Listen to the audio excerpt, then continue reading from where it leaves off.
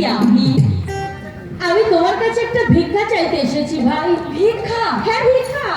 তুমি ভিক্ষা না দিলে আমার যে আত্মহত্যা ছাড়া কোনো পথ থাকবে না। পয়সা নেই। এতদিন মনের সাথে যুদ্ধ করে আমি কোনো কুল কিনারা খুঁজে পাচ্ছিলাম না।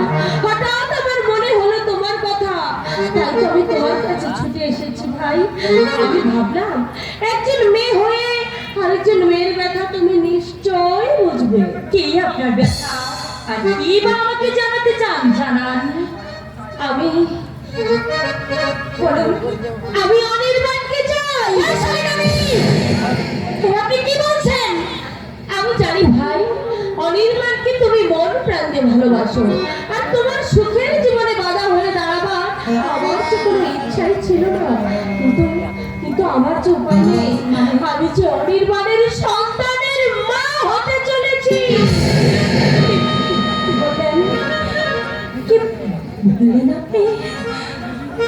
আপনি অনির্বাণের সন্তানের মা হতে চলেছেন? হ্যাঁ।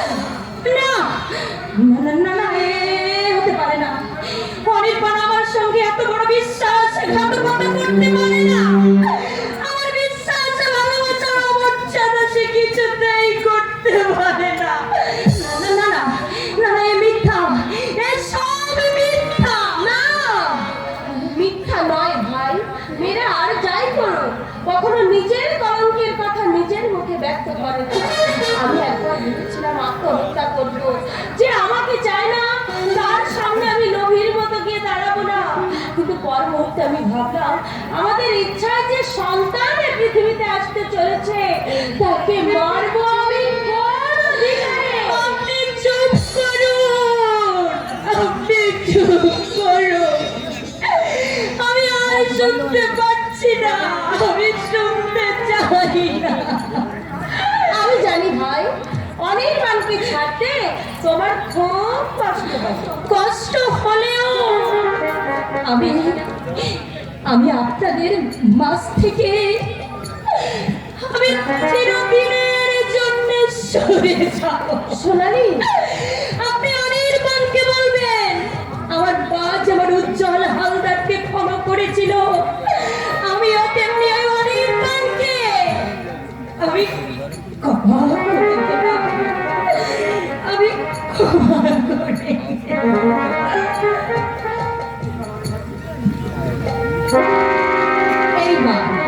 এইবার অনির্বাণকে আমি একান্ত আপন করে পাবো।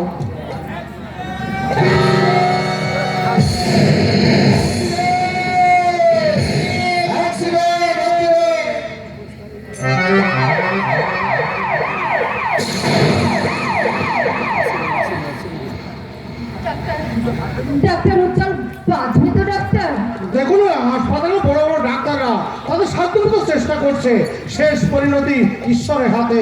আস্তে আস্তে এখন আস্তে আপনাকে বই বই করে বারণ করলাম যে রক্ত দিতে হবে না, কিছুতেই আপনি শুনলেন না। কেন যে দিলাম সে তুমি এখন বুঝবে না। আগে সন্তানের বাবা হও, তখন তুমি বুঝবে। কোন রকম কষ্ট হচ্ছে না তো আপনার? আমার কষ্টের কথা জিজ্ঞাসা করছো ডাক্তার?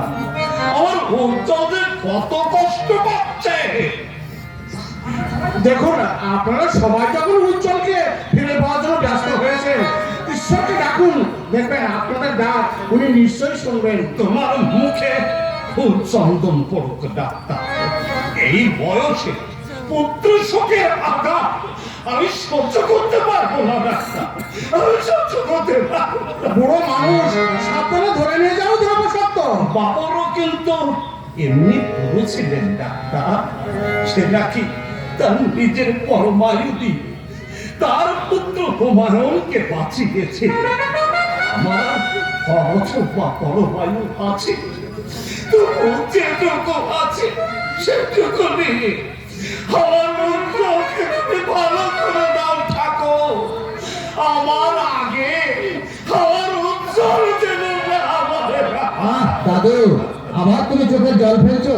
কেটে কেটে চোখ দুটো নষ্ট না করে ছাড়বে না দেখছি। আমার চোখের মনি আজ আহত দাদু ভাই। সব ঠিক হয়ে যাবে। চলো তো চলো, ঠাকুরমা পাশে বলবে, চলো চলো।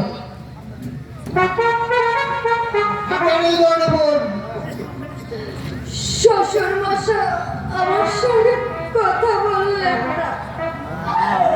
সবাই এত অবজ্ঞা, এত অবহেলা, আমি আর সইতে পারছি না ডাক্তার। বাবা, ঠাকুরমার দাদু আর নিপুণ আছে, অনেক মেয়েকে চিন্তা করতে হবে না। রাত বোধহয় প্রায় 10টা বাজে। বড় রাস্তার পাশে এখন একটা দোকান খোলা পাবে। এই টাকাটা নিয়ে যাও, কিছু ফল এনে দাদু আর ঠাকুমাকে দিও। আর তো এখন পড়ে যাচ্ছিলে যে, বসো বসো। রক্ত দেওয়ার পর কিছুক্ষণ শুয়ে থাকতে হয়।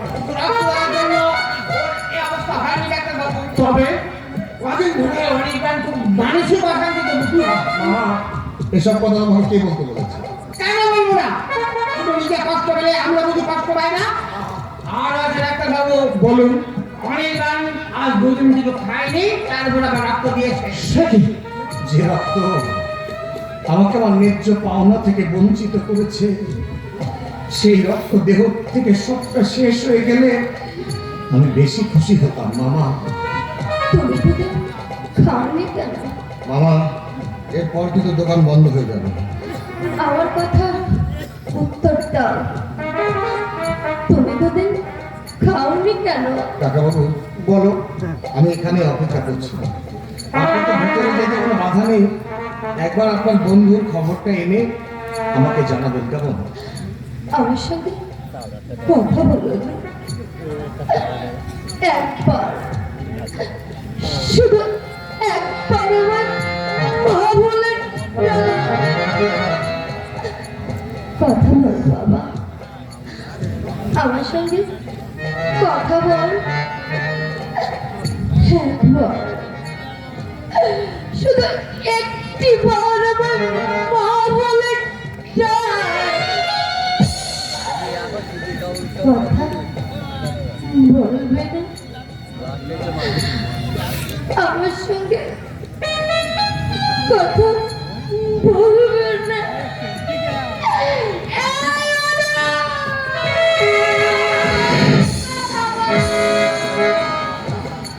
সত্য, তোমার দিদিকে বাইরে নিয়ে এসো। আমি যাব না ডাক্তার, আমি যাব না। উজ্জ্বলকে বাঁচাতে যত রক্ত লাগে আমি যাব না ডাক্তার, আমি যাব না।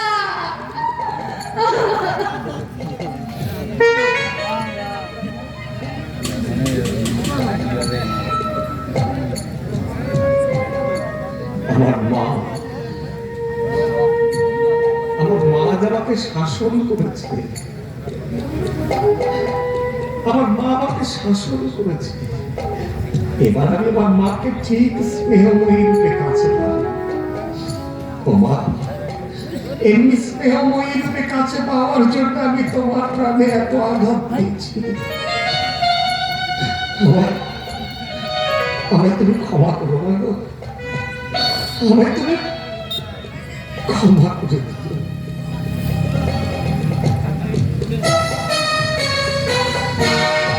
বাবা বললো অনির্বাণ নাকি আজই দিল্লি রওনা হয়ে যাবে।